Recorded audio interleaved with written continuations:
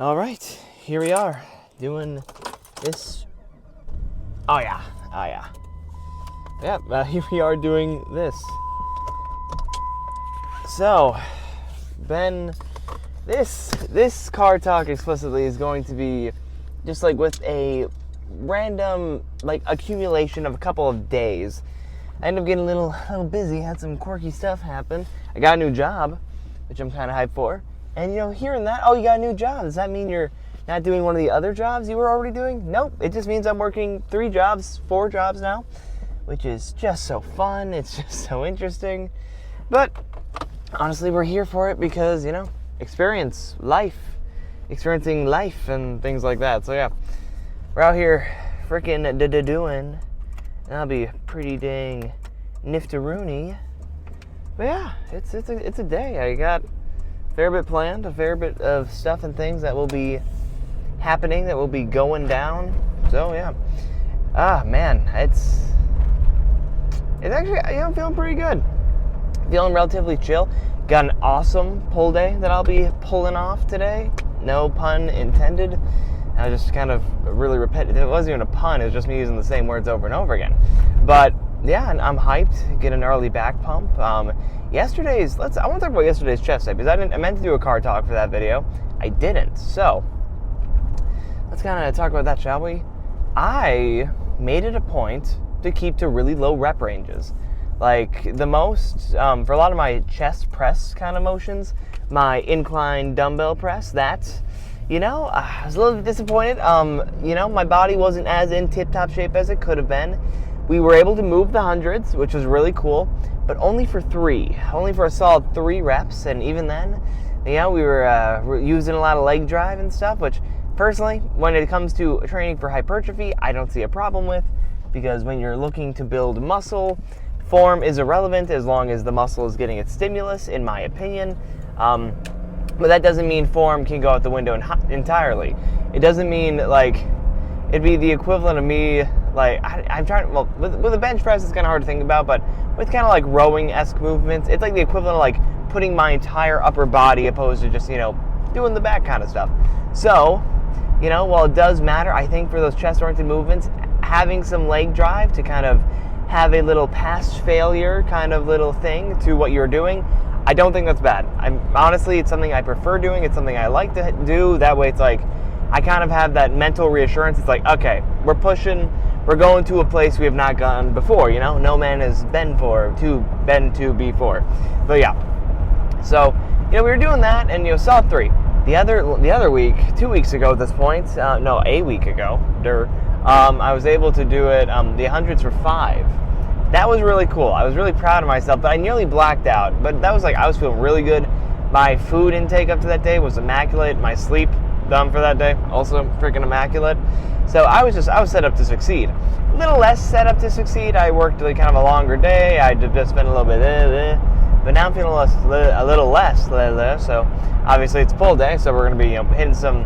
I'm assuming PRs on some other things. It would be really cool. I might be able to throw a maybe a 25 plate on the row machine kind of deal, because that would be awesome. But moral of the story, low rep ranges. That's what I was talking about.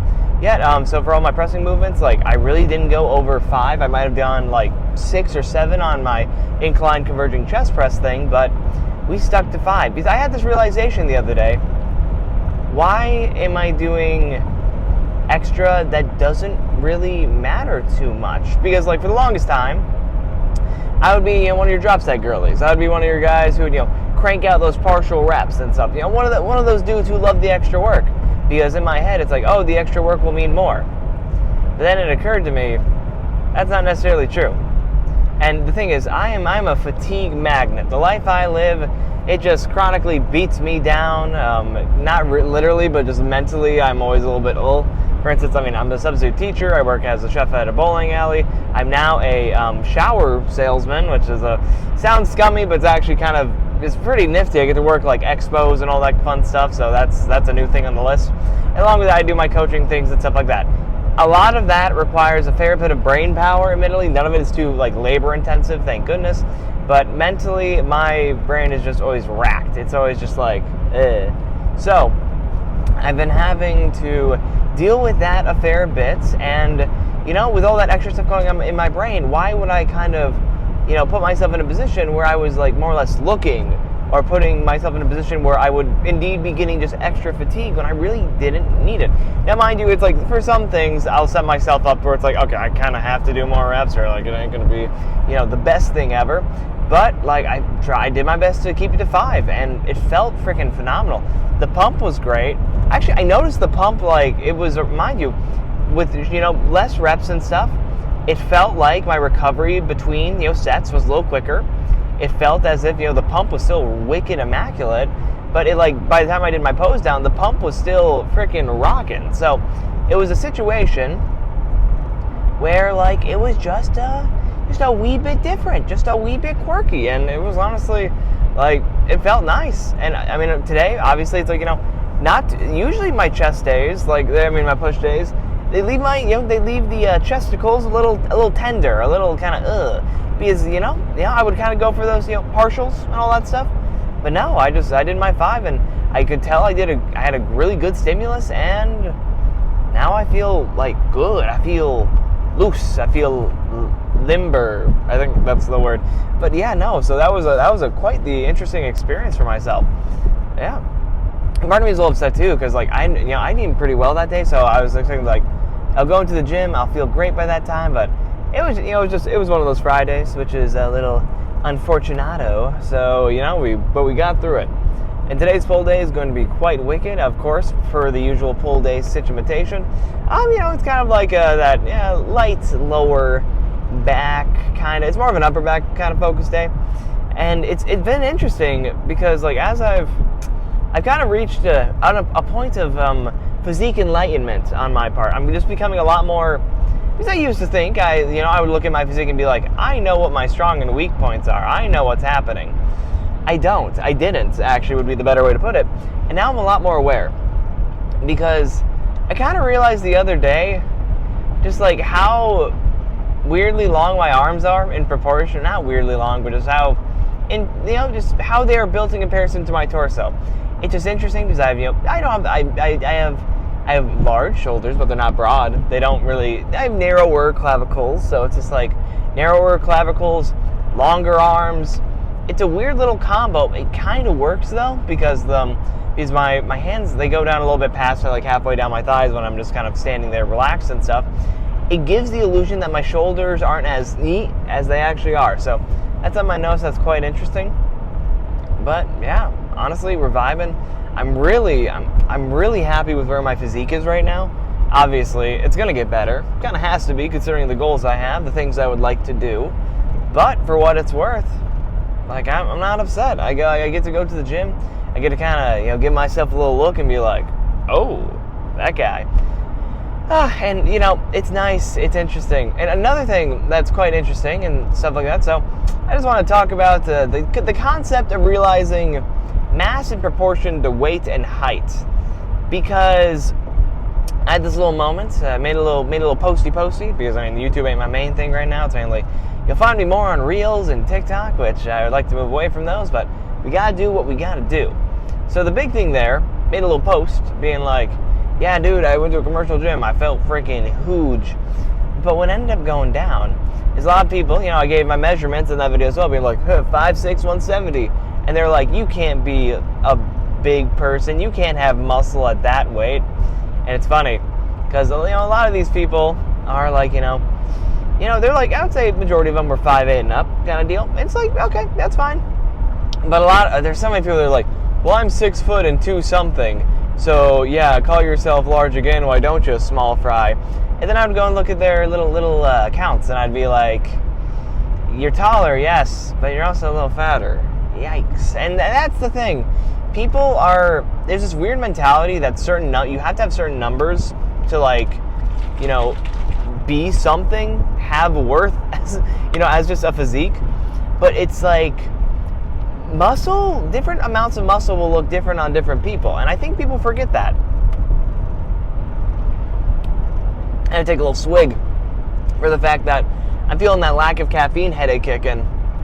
And that's a problem. I might do a caffeine detox here soon. which is going to suck, but I don't know. I don't like getting too dependent on certain substances, even if they are like not necessarily bad for you. I think it's good to be able to, function as a controlled unit without having any kind of reliance of other substances. Yeah. But anyway, that aside, oh jeez. Yeah, I just found it really funny that's like, people are unaware to be like, oh, good physiques can happen at these heights and these weights, because it's just like, by no means am I like, the largest guy out there. I mean, like, there are people such as, your Derek Lunsfords who are also, clocking in at that nice 5'6", short kings unite kind of deal. But then at that same time, his stage weights, because I'm a bit fluffy right now, is clocking in at 235, something like that. That is ridiculous. That is, for one, 60 pounds heavier than me. And the thing is, my stage weight, a good one right now would probably be around 146. So his stage weight's like 100 pounds heavier than me. And, which is, like, it's great.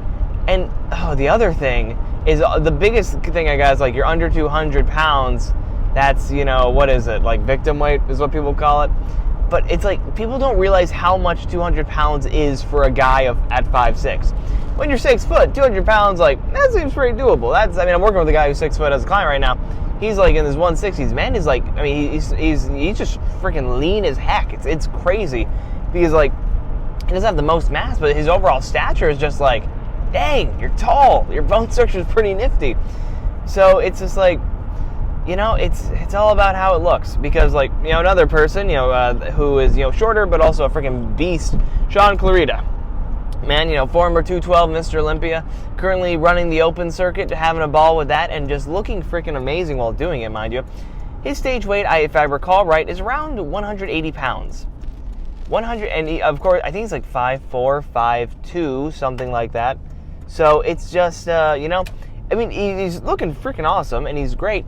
But people would hear those measurements and be like, you're under 200 pounds, whatchamacallit, victim weight. So it's like, but people, then you see him, and it's just like, oh my gosh. And it's crazy, because like, people have this weird, like, thing in their mind where it's like, I don't know, muscle can only look good if you're like over 5'10" or something. And it's just like, no. Some of the, we've had two, like, Mr. Olympias, like, straight up the open, Mr. Olympias, who have been on the shorter side of things. I think Hadi Chupan is, 5'7", and then Derek's 5'6". So it's just like, shut up. It's very possible to be an absolute beast and walk away with those titles and things like that. And, also, these are just, like, it's your casual gym goers. These are the people that don't really get the intricacies, and I don't want to sound like a snob. There are layers to, like, the importance and the quality of different things and stuff in muscle building. But it's an interesting thing to think about. That's just me. But yeah, almost at the gym, gonna pound back the pre. Wow, might have put a bit too much in here. That's powdery today. But we're gonna nail it. Get an absolute wicked lift. I'm honestly really hyped. I think I'm gonna, don't tell my coach, I might do a different variation of an upper back oriented little row thing, just for the fun of it, because I'm feeling extra like meathead-y with the kind of movements I kind of want to do. Also, there's a situation at this gym right here where there's not really a cable, so gotta work with that more or less. And yeah, we will see what ends up going down. Alright, well, looks like this car talk's going to be going on longer than previously anticipated. The gym I was initially going to go to, a little closed, so I am now going to be making my way to a way off, different far location, which works because I had some plans to travel today anyway. So I'll just be traveling sooner than anticipated, by the looks of it. It happens. So yeah, we will be heading to a different place, a place I have not been to in a little bit, and maybe I'll get some footage of me in there. I don't really know. I'm not too sure just yet, but we'll get there when we get there, and then we'll see what the time situation is there.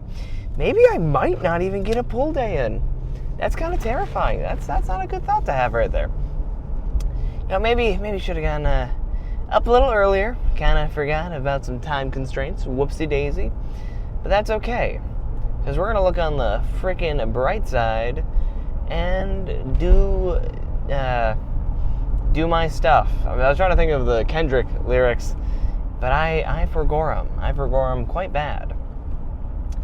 But I'm quite excited to maybe check out this other location, this different place.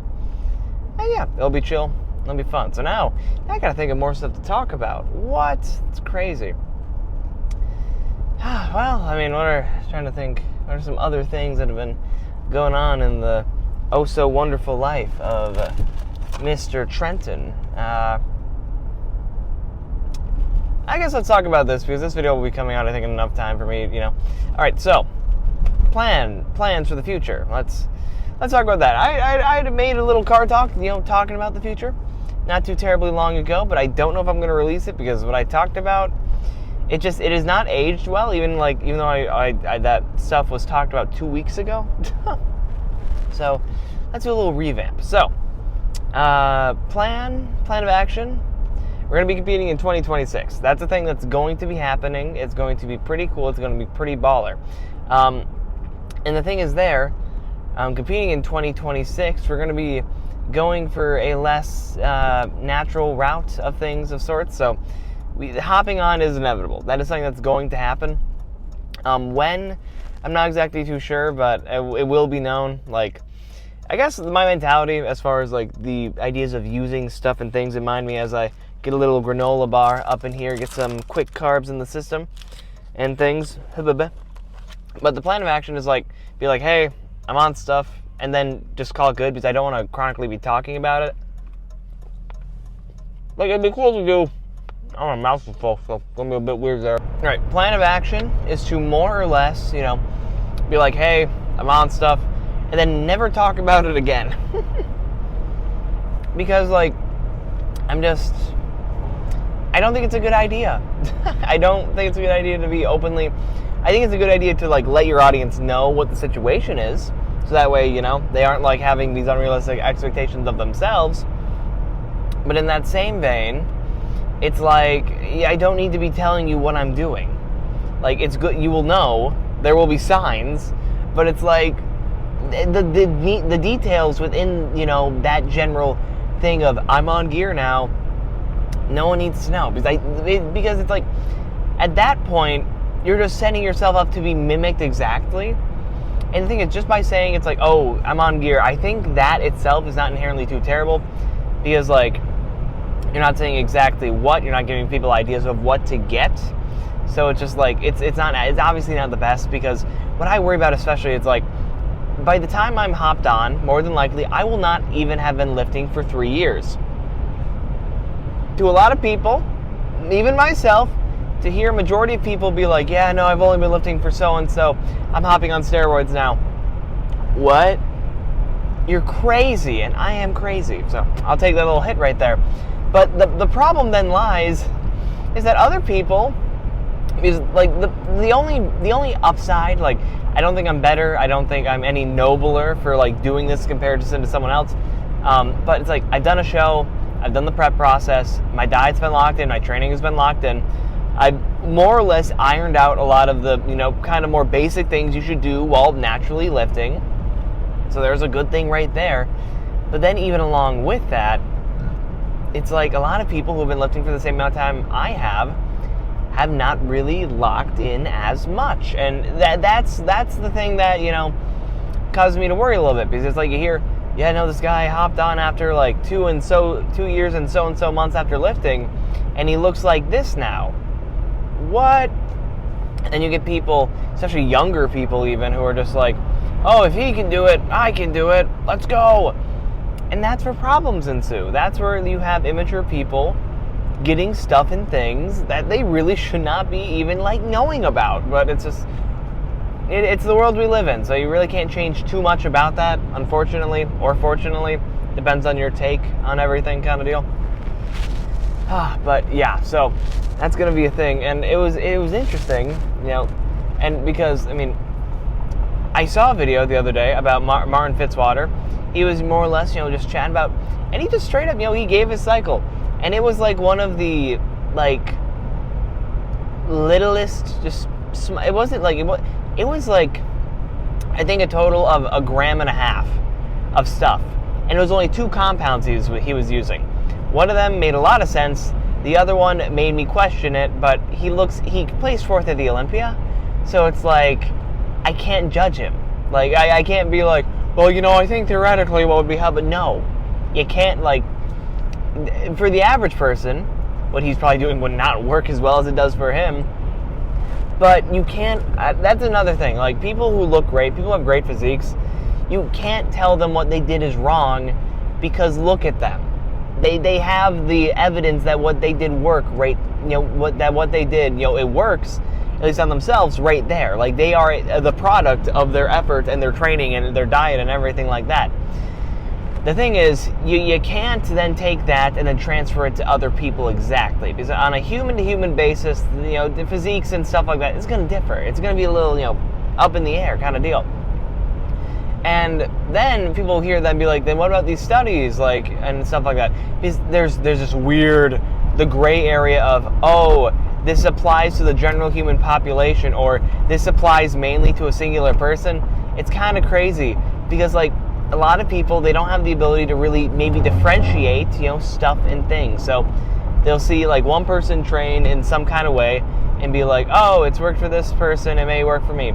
And you'll see other people, kind of go at studies and be like, it worked for this group of, people, but that group of people isn't me. But it's like, that group of people is supposed to be a representation of you, of us as a human population. And it's finding, what works. I don't know, people think they have to live based on a rule of law of some kind, which in the generalness of society, kind of basing how you go about living off of, general societal norms, I don't think that's a bad thing by any means. So, we're gonna do what we do there, and I gotta be a little goofy, because people are butt nuggets when it comes to car things, so I gotta do a little wraparound. Okay. Mainly, I gotta get some gas. And there's this woman who just parked geez. Thank you, old man, for pulling out in front of me. You're so kind. Oh, jeez. There's this gas station that I'm currently at. Cheapest gas in the area. And I appreciate that wholeheartedly. The only annoying part is that it's just really inconveniently placed. So I gotta do a little bit of maneuvering, a little bit of some kind of stuff, and I'm currently doing that kind of stuff, and I'm parking right across from the lady who made me want to bleh. And like a reoccurring wart, we are back. Okay, on the road, uno mas. I know I said I'd be kind of talking about what I meant to be talking about, but I lied. I straight up lied. Let's talk about the necessity that I feel it is to explore new places as a gym goer. So, if you're like me, you have your places that you go. You have your main location, maybe a side location for other certain things and stuff. But overall, it's one place that you kind of religiously go to. It's like your little home. It's something like that. And I go there a lot. And as of now, it's just I am one of the, larger, more muscly kind of dudes to go to those places. And the thing is, it's just you think that would instill a sense of nice security. It doesn't for me, for whatever reason. I don't know what it is, but maybe it's because I see myself there all the time. I, get glances at myself in the mirrors and things. But it's I always see myself as just not that big of a dude. Maybe it's the fact that I see a smaller me when I look at the current me. It's kind of, a mirror to the past, a reflection into the past. But it's just hard to see myself, as large as a place that I remember lifting, when I was a smaller guy. So, on a whim, and I didn't even plan for this to happen, I just, I was in a different town, and I went to, a gym in that different town. And guess what? I felt freaking amazing. Because the thing is, I got to experience my current physique in a place that only really knew that current physique. And it was just like, oh, size. But yeah, so going to different places, it allows you to kind of like get straight up, it's a new perspective. Going to a different place is a new perspective, especially when it comes to lifting. Like, the other day, went to a Crunch Fitness and stuff like that, and yeah, it was a different perspective I got, some different lighting I was able to see myself in, some different machines that I was able to like load up the weight on and, experience. It was honestly, it was a nice little kind of boost. It was like, okay, I am getting somewhere. I'm different than who I used to be. Because that's like one thing I think I fear more than anything in this world is I fear complacency. I fear the status quo. Quirky thing to say there, I know. Because like, to stick with the status quo, and it's funny I say that because I actually, back in the day, I was in a little high school production of High School, the musical, so, played Ryan Evans right there. And sticking with the status quo, it's just like, I don't like the status quo. And every time I get to a new one, I end up loathing it. I end up being like, wow, this is where I'm at. This kind of sucks. Which is a really interesting thought to have in the grand kind of scheme of things. Because it's just like, life is not bad by any means. I have a lot of good stuff happening. But I want more. I strive and I yearn pretty dang hard for more. So that's just something that's always kind of, that eats at me. And it can get to the point where it eats at me to a level of, I guess analysis paralysis is kind of how it is, because I'll think of stuff so much in the general terms of life that I can't do anything because there's too much to do. There's too much I need to be. There's too much I have to achieve. That it cripples me. It literally takes me out. And typically, I have this nice weekly routine. Every Sunday, I just end up being really sad. And it's something I'm working on. It's something that I'm making it a point where it's like Sundays. I am having something to do on Sundays. What exactly? I couldn't quite tell you just yet. But I think I'm going to try to do an open mic. I recently bought a new guitar.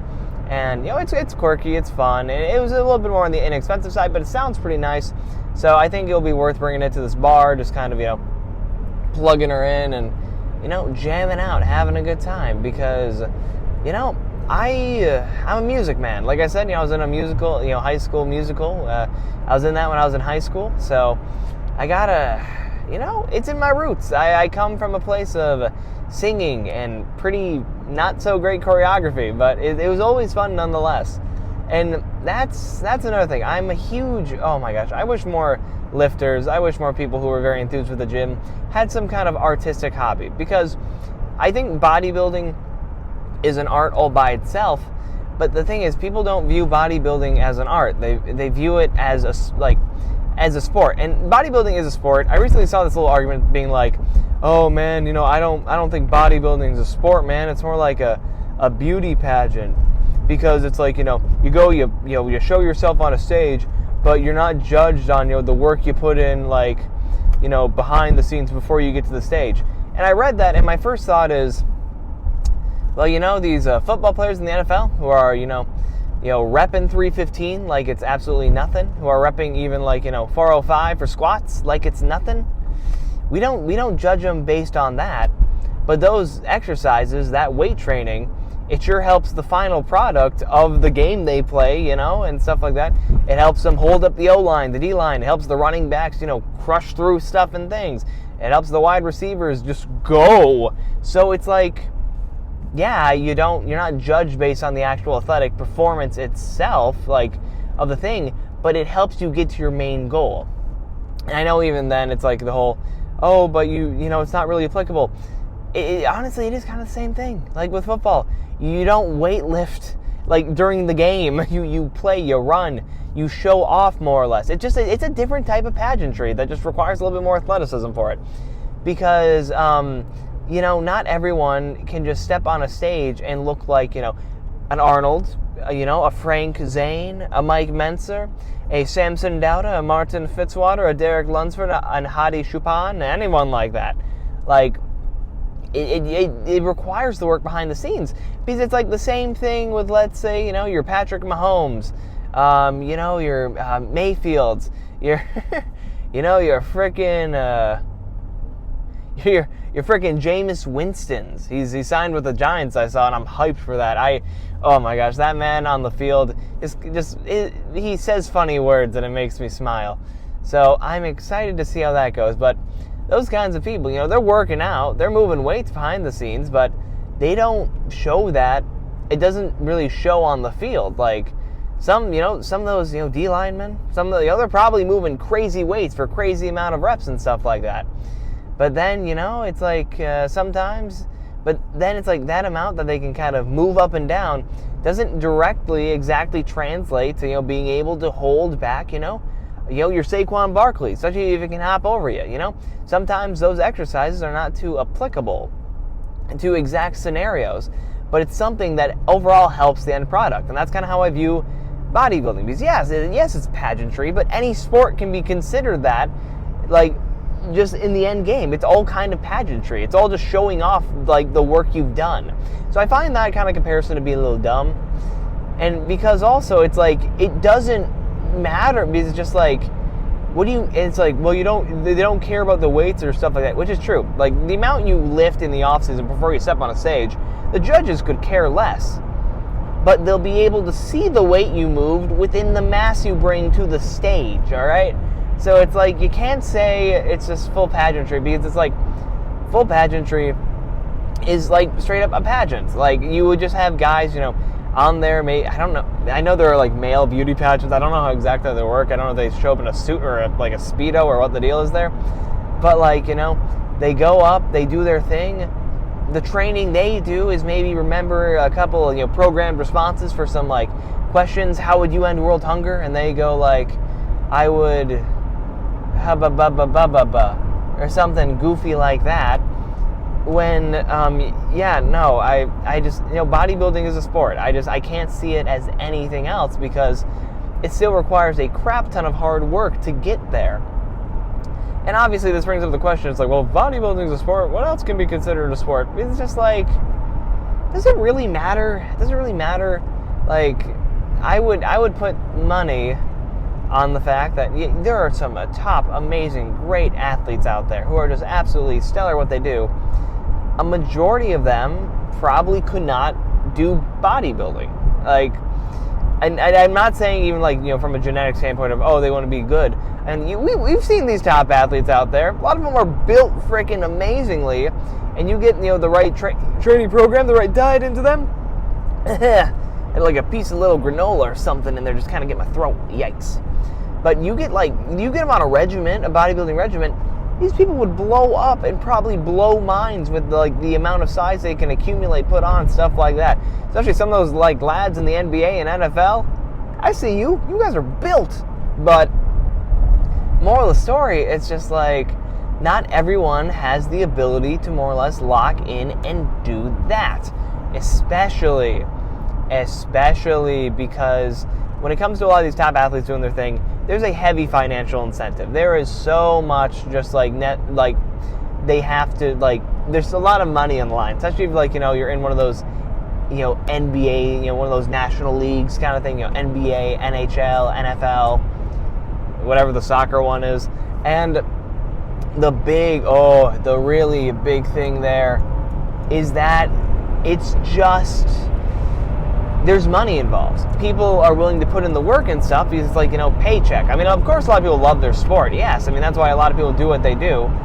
But there's a heavy financial incentive, I feel, in many other professional sports. Bodybuilding, literally, unless you're like one of the, I mean, social media has made it a little bit better, so don't get me wrong there. But especially in the competitive landscape, unless you are like placing, I would say top 10-ish in like pro level shows, you're not doing too hot. You're relying mainly on your 9 to 5 to kind of keep you going from place to place. And that's something a lot of professional athletes don't have to worry about as much. Bodybuilding is because like there's no league, there's no like, of course, you know, making it to the IFBB is like where you want to be. Like that's kind of like where a lot of people are, you know, want to be at. But fun fact about the IFBB, you kind of have to pay to get there. Like show registration fees, you have to pay for like that membership now or something like that. You just can't win an IFBB Pro card and be an IFBB Pro the rest of your life, which boo, freaking lame. I don't know why they have to do that. And I kind of get it because like you win it once, you stop competing, or you're still a pro. Because I don't know if you have to pay for it. It's something like you have to compete like every 3 years or something to maintain, or you got to pay some kind of fee.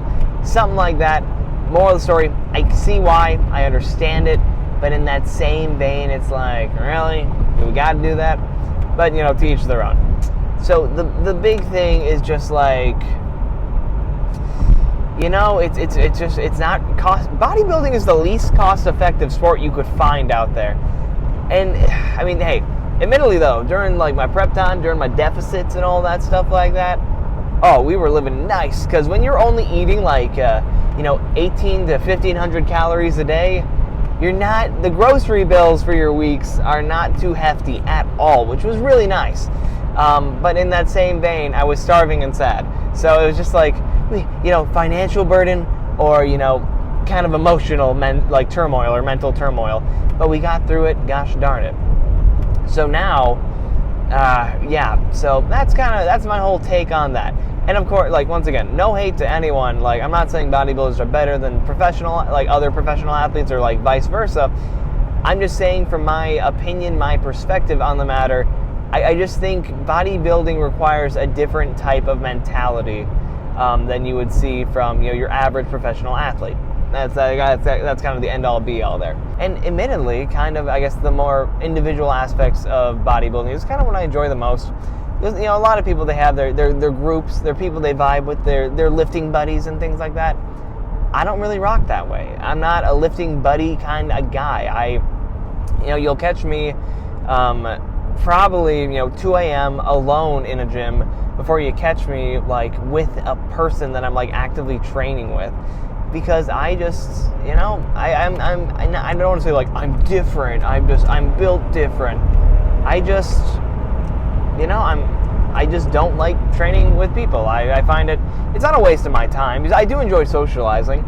It's just like I have my things I know I have to do, and a lot of times, you know, people just their lifting methodologies and ideologies don't mesh with mine, and my mentality is just like get in, get out. Because the gym has always been, it's a very me thing. When I go to lift, it is for the sake of myself. It is for the sake of my mental well-being. It is for the sake of my mental health.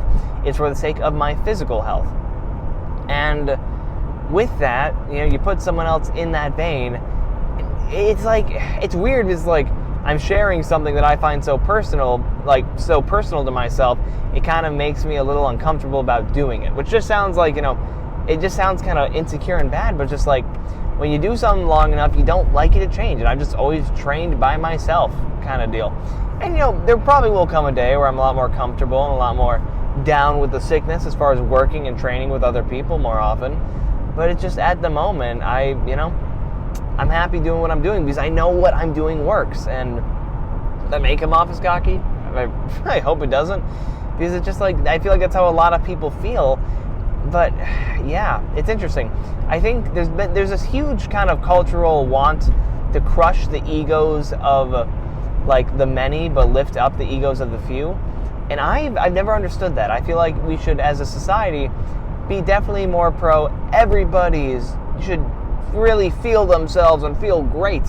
Because like a better feeling society, a more cohesive, like we're awesome group of people is going to be a net positive for the world. And I use the whole net positive phrase a lot. I'm kind of realizing because I watch these videos, of course, and I go back and I go like, okay, we'll use this clip, and maybe we'll cut out this part where I'm talking about this random thing that I don't want on the internet and kind of stuff. So we'll have different levels of stuff and things, and yeah, so it's quirky. But yeah, the big thing is just I hope to, you know, I don't even know. Moral story, I say net positive a lot. Ugh. So yeah, I feel like, you know, we should lift up people more. And it's nice. Yeah. Some days, I'll make a post and people will be like, "You're awesome, dude. That's great." And I'm like, "Thank you, random citizen." But I mean, there are definitely those haters out there. And it's always people that you look at and you just kind of tell it's like they are definitely not satisfied with the life they lead right now, which I don't think is I don't think it's a bad or a good. It's just it's an is. I've been passing so many people today. Oh my gosh. And it's like, I'm going a little quick. I can't lie. I'm in a little bit of a rush, not necessarily, because I'll be showing up at the place that I want to be showing up at a pretty okay time. It'll be pretty baller, kind of pull in. And honestly, it might be like a 30-minute workout, which will be fine because you can get a solid stimulus in that time. You just got to go ham. So I might honestly limit myself. I might only do 3 or 4 movements today for no, it would probably have to be 3. It might be like a 9-set kind of back day, which would be interesting because I'm not exactly sure how that would play out, but luckily I know the facility. I got kind of my little mental map of what I should be doing. And we'll see how that goes. Because I have a concert I'm going to tonight, so that'll be freaking rad. It's a Fleetwood Mac tribute band, and I'm hyped. This part I might cut out of the video. We'll see. But I'm heading out with this girl that I met around a month ago. Dating apps are surprisingly not all terrible. Who'd have thunk? Because she is some incredibly special. It's I don't know what it is about her, but she's just such a real person. She's she's herself. She is I don't know. It's just she doesn't put on this kind of mask. She doesn't try to maybe more or less hide, quote unquote, who she is or something like that. From day one, from my first time hitting her up more or less through a dating app, she's been the same person. There's nothing too out of the blue. There's nothing too crazy. She's a very oh man, that rocked a little bit. That's kind of scary, but she's just very herself. And we have a lot of similarities, which I think is always a good thing. I've never really understood the opposites attract mentality because, I think it might stem from maybe a place of self-dislike, possibly, because I kind of have this viewpoint, maybe, sorta. I don't really know if it's a viewpoint, but I don't know if it's a good one, where it's people long for what they want to be.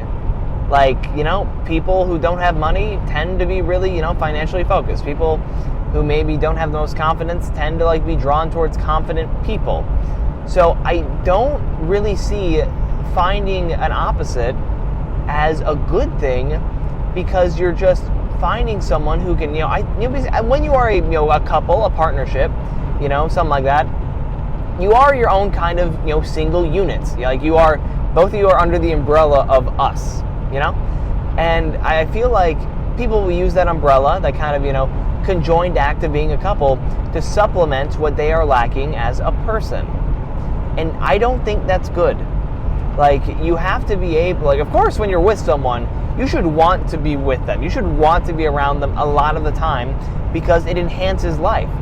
But your life should still be great away from them. You should not be putting your mental and emotional well-being on the fact of just a person existing. I don't find that to be good. It's not healthy, and I know because I've gone through it. It's you just got to be weary. So that's why I don't believe in opposites attract. It's opposites don't attract. You just want what you don't have, and that's just not sincere. That's not love, because you're reaching out for something out of the sake of just I don't have it. It's a bit more fear oriented than actually love oriented. And maybe sometimes those things work out.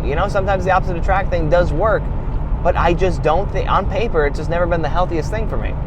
And I say this now, it's something I kind of had to grow into as a mentality, because for a while it's I kind of believed it's oh, it works because we balance each other out. No, you can't. There's I don't know, the whole idea of, we balance each other's personalities. That means you're constantly at each other, or like there's some kind of conflict happening in which those personalities are clashing and like bringing each other down, maybe. Of course, I've heard stories where people are opposite and it works out phenomenally. So, but I'm just talking from my personal experience.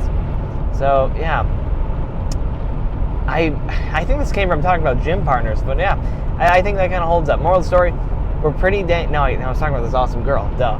But we've been chatting, a lot of similarities, and it's like she's just someone that I know, like the way I go about life and the way she goes about life.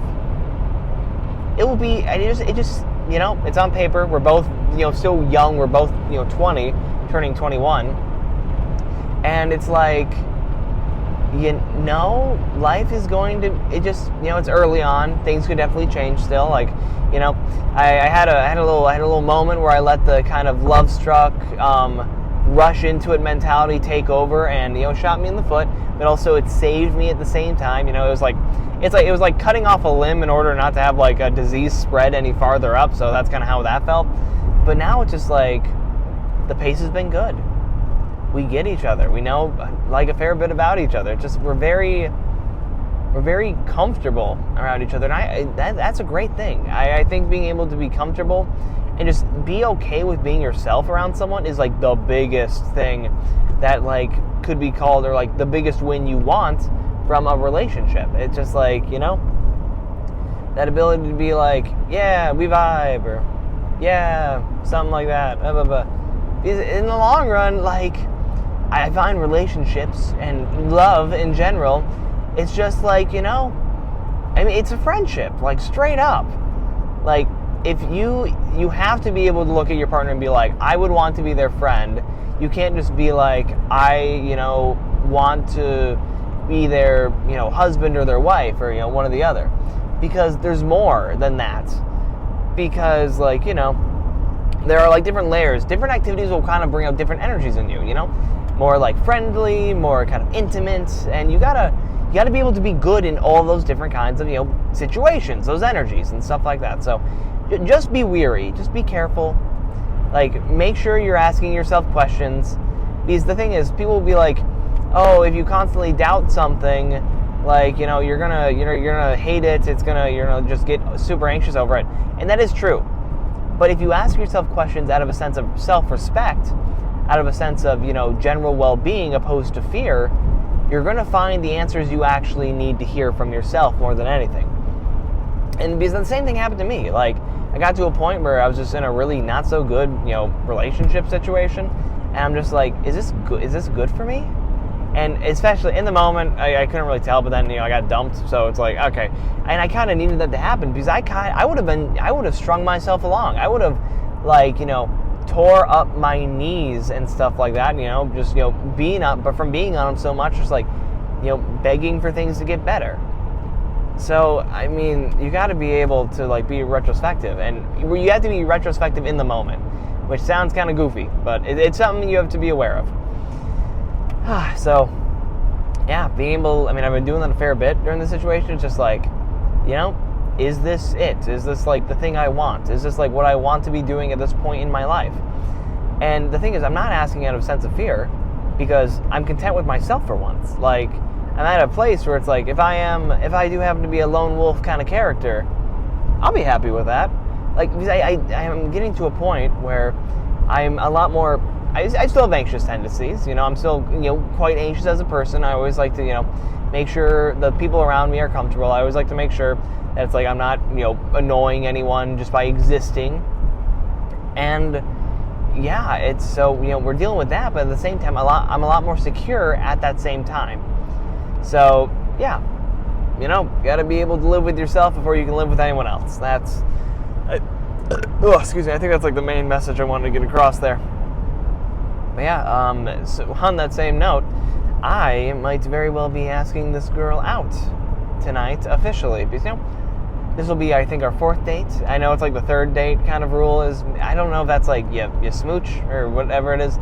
But, this is a concert and stuff like that. I think it's Fleetwood Mac. I think I might have mentioned that. But I think it'll be fun maybe to, see what happens. Might lean in, might go for a little something. for the fun of it, then I think I'm going to ask her out, because this girl is someone I never knew existed, and I am frankly, like, I don't think there's anyone else like her out there in the world, which there have been people that I've like interacted with, and I've regretfully have said, it's like, oh, you're so special, you're so unique, there's no one else out there like you. And that has been, I found to be a lie. In the moment, it felt very true. It felt, very honest and sincere. But once again, in retrospect, like, no. I mean, a lot of people I've met are not original. A lot of people I've met are not really that unique to an extent. And, obviously there are people who are, but there have been moments where it's just like, I said things I didn't mean. And that comes from the fact of just like, I like to make sure people are comfortable. I like to make people happy. That's like a very core belief of mine, is like, I'm an entertainer. I'm a joy bringer. That is like one of my biggest driving things, like, ever. It's kind of crazy how much that has like made my life what it is today. So, you say things you don't mean when you're trying to make people happy, and that's just not good. It's not great. Like the other day, I had an old little comrade of sorts reach out to me, and he's be like, "Hey man, I kind of miss texting you. I kind of miss interacting with you." And like I'm just like, "Oh, sorry, dude. It's just I'm not on this app that much," and which was a blatant lie. And like, it just and it sucks to say, but some people are unfortunately just not worth the energy. Some people at this point in my life aren't worth the energy, which is unfortunate, but I have to be able to weigh out what's important in my life. And it sucks because I want to be able to make everyone happy, but that's just not going to be the case. Like, I had to tell this guy, it's like, dude, I have other things going on. I'm sorry, but as far as priorities go, it's just like, talking to you is not one that can be up there right now with where my brain is now. It's just like, everywhere I'm like kind of stretched a little thin. It's just I got to be able to, kind of thicken up what I got going on. And I can't be having, I can, but I don't want to be having more priorities, because I know what that will lead to. Because, along with being someone who is now, who is a people pleaser, it's like I'm now at a point where it's like, I'm being able to more or less dial in on what actually matters to me, to my future, to, my wants, my needs, my goals, and everything in between. So it's a really, really quirky situation. And it hurt so bad to have to be like, dude, I can't do this. It was weird. It was like a breakup, but it was of a friendship, an acquaintanceship that just fizzled. And it's sad. And it's unfortunate because it's like, I don't know, but possibly me being in this other person's life could have really, maybe would have helped them get to a better spot. But in that same point, it would have brought me to a worse spot. So it's like, is that kind of dynamic worth it? And in the past, maybe I would have been full on yes. I would have been full on yes. But now I'm at a point where I can't afford that. My time and my effort now is, now that I actually am out here doing stuff and things, there's more value to a lot of what I have going on, and I have to be able to weigh that value out with the value of maybe more, frivolous things. I want to call human interaction frivolous, but this one kind of, lines up a bit more with that. So, to each their own, I guess, something like that. But yeah, oh geez, that's hi there, Mr. Silverado. Nice bumper you got there. Nearly gave it a little smooch. But yeah, with that, I think I'm gonna turn this off, plug my phone in for a hot second, let her get some battery so I can get a couple clips of me moving some weight in this little gym facility. And with that, I will be seeing y'all later. Lifting and stuff. I hope this gym's they're good with tripods still.